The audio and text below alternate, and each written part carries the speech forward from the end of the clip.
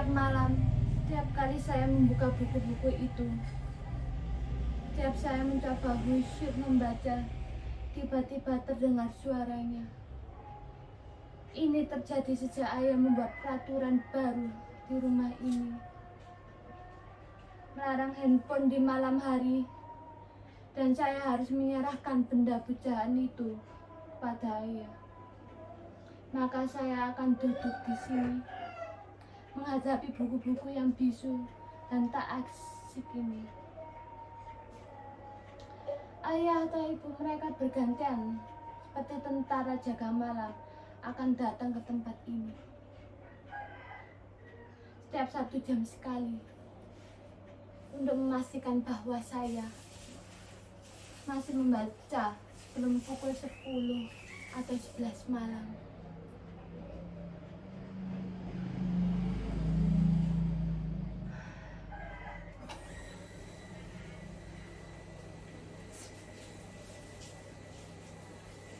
Sebentar lagi, sekitar 15 atau 20 menit lagi, salah satu di antara mereka akan patroli datang ke tempat ini. Itu artinya saya harus ada di situ. Tapi sebelum hal itu terjadi, izinkan saya berbagi cerita kepada hadirin sekalian. Bagi yang hadir langsung menyaksikan nasib saya di tempat ini maupun melalui Zoom. Saya sendiri bukannya tak berusaha, bahkan segala daya upaya sudah saya kerahkan untuk bisa membaca buku dengan khusyuk dan bahagia. Saya juga harus memotivasi diri dengan berbagai nasihat yang saya ingat. Kata-kata mutiara, semboyan, pepatah, pantun, yel-yel penyemangat belajar, hingga kritik tajam para pakar mengenai bahaya kecanduan handphone. Tapi herannya, hal yang biasa dipakai orang untuk motivasi diri tak juga membesarkan semangat saya membaca.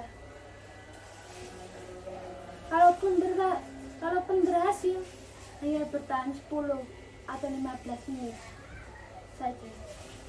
Dengan kritik tajam para pakar itu tak juga mengurangi kerinduan saya untuk selalu bersama dekat dengan handphone. Kalau saja mengubah diri bisa dilakukan senyarah ceramah Mario Teguh, mungkin saya tak menderita seperti ini. Apa? Saudara-saudara tak yakin saya menderita? Apa tak terlihat beban di wajah saya ini? Di sorot mata saya? Di dekat suara saya? Di seluruh tubuh saya? Saya memang sedang menderita. Bahkan kalau penderitaan saya ini saya tuangkan ke dalam puisi, saya kira saudara-saudara tak kuat membacanya. Tapi tanpa menitikan air mata. Tak percaya? Saudara-saudara tak percaya? Bahkan sekarang ini saya sedang sepi dan dikepung sepi.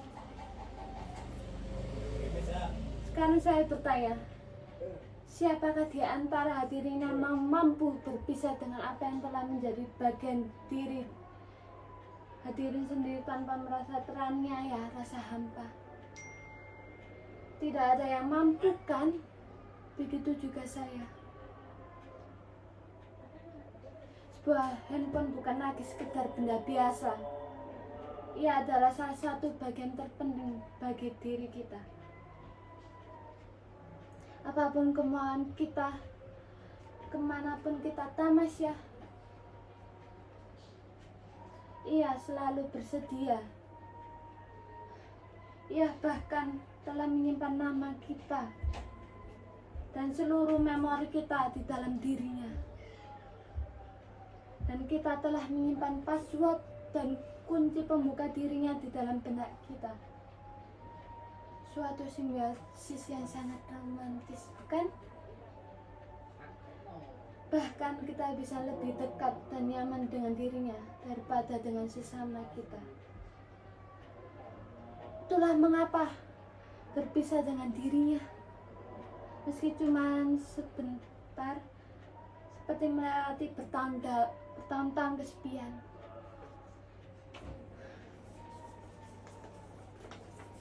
Oh, handphoneku, betapa berat dan panjang jalan yang harus kutempuh untuk kembali bersamamu.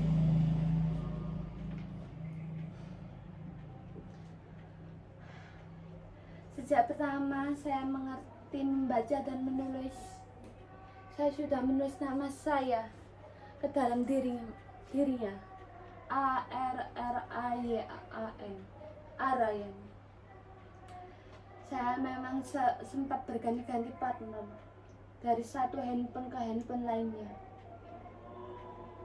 Tapi apapun jenisnya, jika mereka tetap sama, setia menemani dan melayani, tak pernah berkurang sedikit pun, bahkan semakin istimewa dan semakin besar kemampuan mereka melayani kita.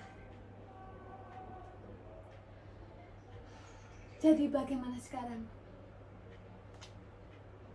Sudah cukup jelas bahwa saya menderita.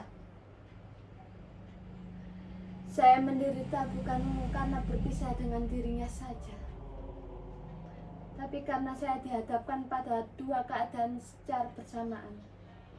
Di satu sisi saya tahu ayah dan ibu bertujuan baik. Dia ingin saya punya prestasi dan maju dalam studi. Karena itu mereka membuat peraturan 12 jam tanpa handphone di malam hari. Tapi di sisi lain, seluruh diri saya, bahkan sebelum ada peraturan seperti itu, saya terbiasa tidur dan dia rebah di dada saya, atau persis di sisi saya. Tak mudah lagi bagi saya melatih hari meski sesaat tanpa dia. Kadang kalau saya tak kuasa menahan rindu padanya,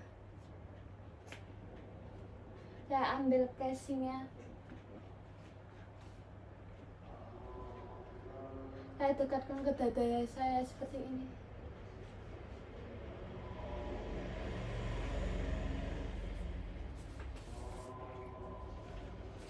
Tak ada yang lebih membahagiakan selain mendengar suara dan riangnya, bertamasya dengannya kemanapun saya inginkan,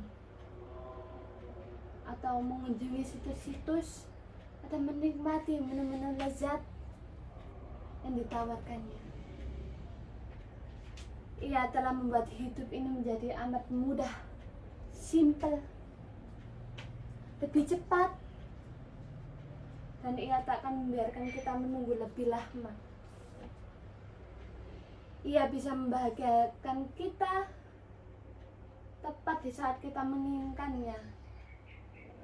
Ia memberitahu kita apa saja dengan cepat, lengkap, tanpa perlu kita mengerahkan tenaga.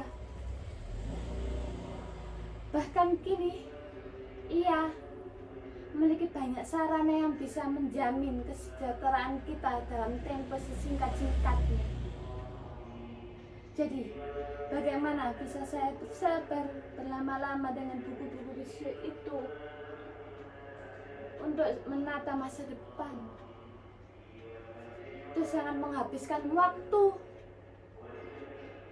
tenaga, pikiran. Sementara kita hidup di masa yang sangat bergantung pada kecepatan dan keringkasan.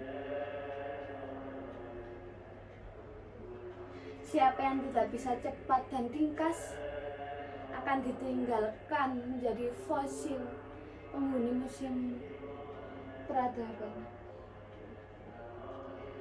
Saya sebenarnya pernah hampir berhasil tidak bergantung padanya. Selain untuk hal-hal penting saja. Tapi saat saya memergoki ayah dan ibu pada suatu malam duduk asik begitu intim dengan handphone masing-masing, jadi saya merasa dikhianati. Sejak saat itu kemampuan saya untuk berpisah dengannya semakin menurun. Bahkan kini ia ada di dalam kepala saya. Dia jadi seperti denyut dalam jantung saya. Saya sudah teramat dalam mencintainya.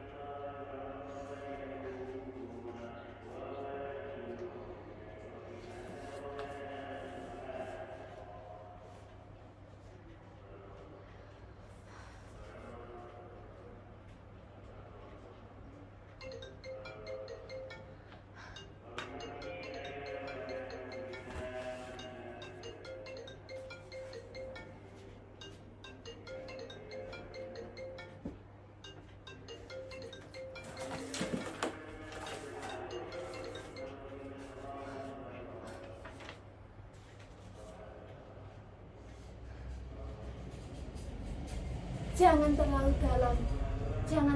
dalam mencintainya, atau kalian akan menderita seperti saya. Ada Yan, ada apa nak?